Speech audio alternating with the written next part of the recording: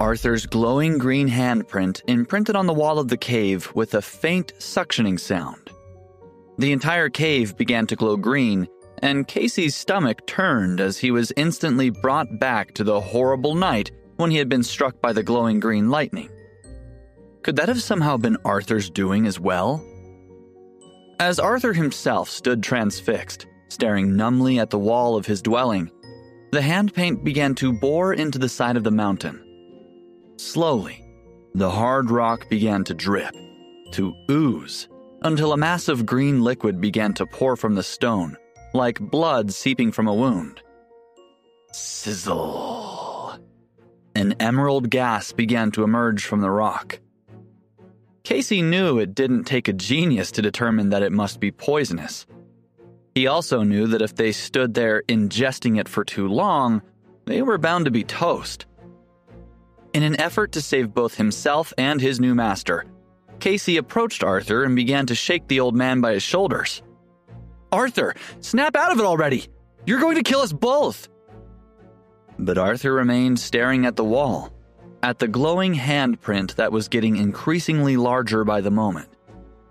Casey felt himself starting to choke as the poisonous gas hit his nostrils.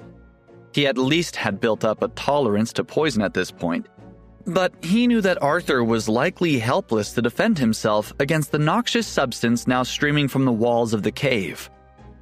"Arthur, come on! If you're not going to stop this, we have to run! It's not safe in here!" Now, the green liquid was spewing from the wall, bubbling onto the floor of the cave like hot lava. And even still, Arthur remained transfixed by his spell, a curse that Casey was unable to break.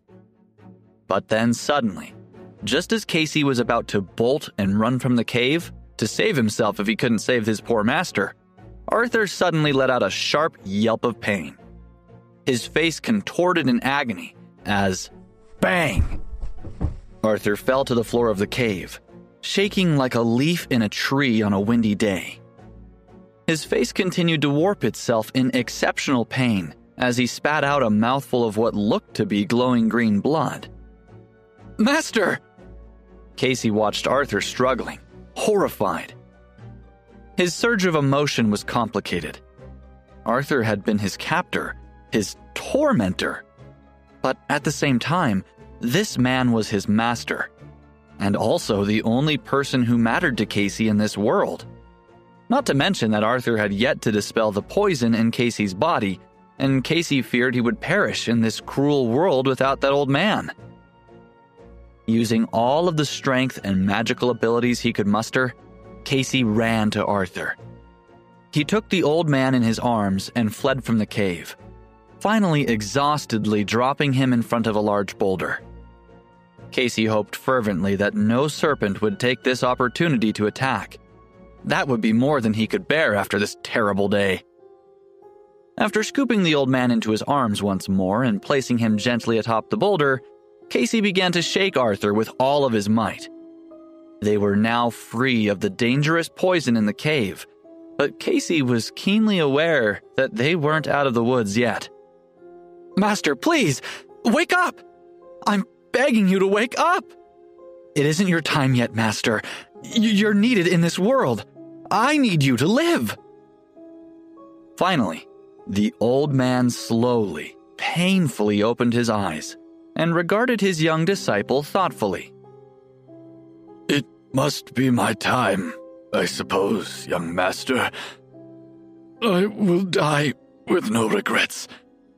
That is, perhaps with the exception of the fact that my dream to rebuild Toxic Gate to its former glory has never been fulfilled.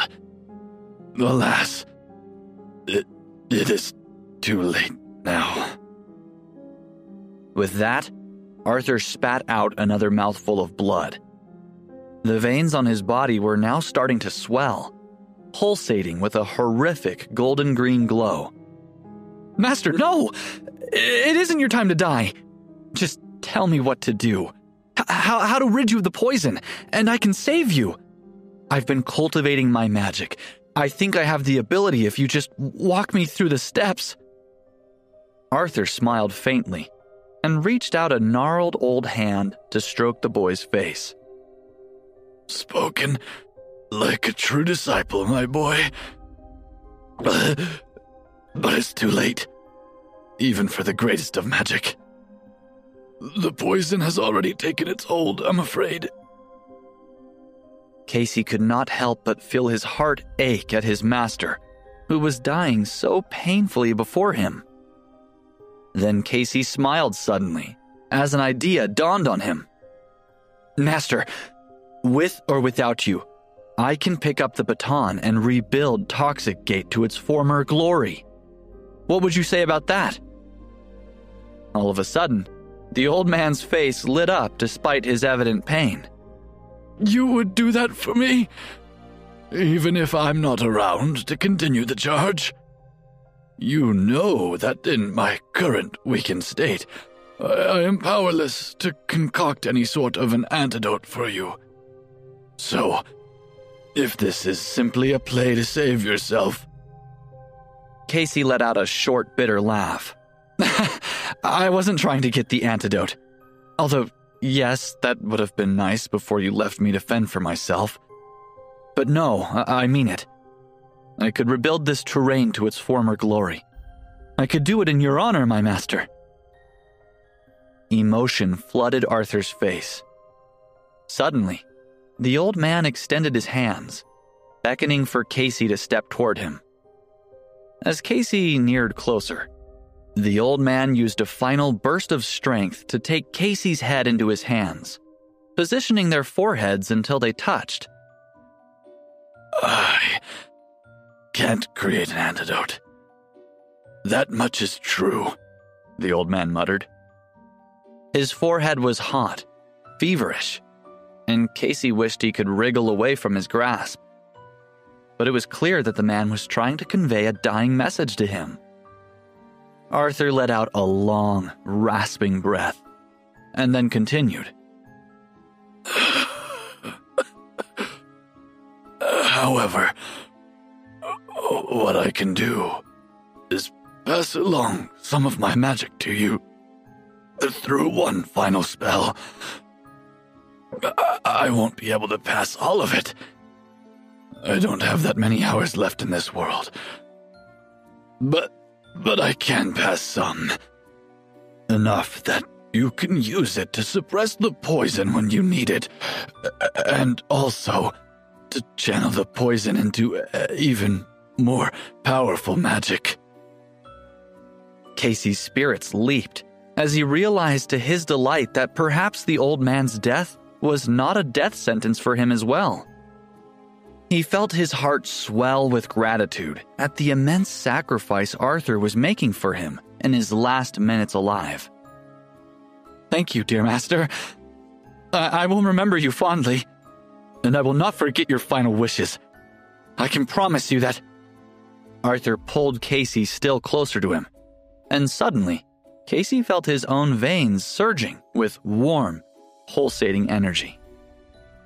For a moment, it was pleasant, like taking a warm bath. But then his body lit up in white-hot flames as Arthur's magical energy combined with the many poisons living within him. Briefly, Casey wondered if the old man was trying to kill him, a final trick to take Casey along with him so they would both expire together. The young man strained to remain conscious, to allow himself to flow with and channel the magical energy rather than painfully resisting it. But even so, a flash of green light overtook him, and then, all at once, he was swallowed by darkness. When Casey woke up, he felt different somehow. He couldn't explain it exactly, but his veins felt pure, open, as energy was flowing from them freely, expanding and strengthening all of the muscles and veins in his body. Although he was not certain how he knew this, he was distinctly aware that the magical energy Arthur had given him had successfully fused with the poison he had been ingesting steadily over the past weeks. He wondered if over time, the poison would fight back against him and be his demise, or if perhaps somehow he might be able to channel the poison to be as powerful as Arthur had claimed he could be. Remembering Arthur, Casey rubbed his eyes and then looked at the rock next to him, where he found the old man splayed out on the boulder, lifeless.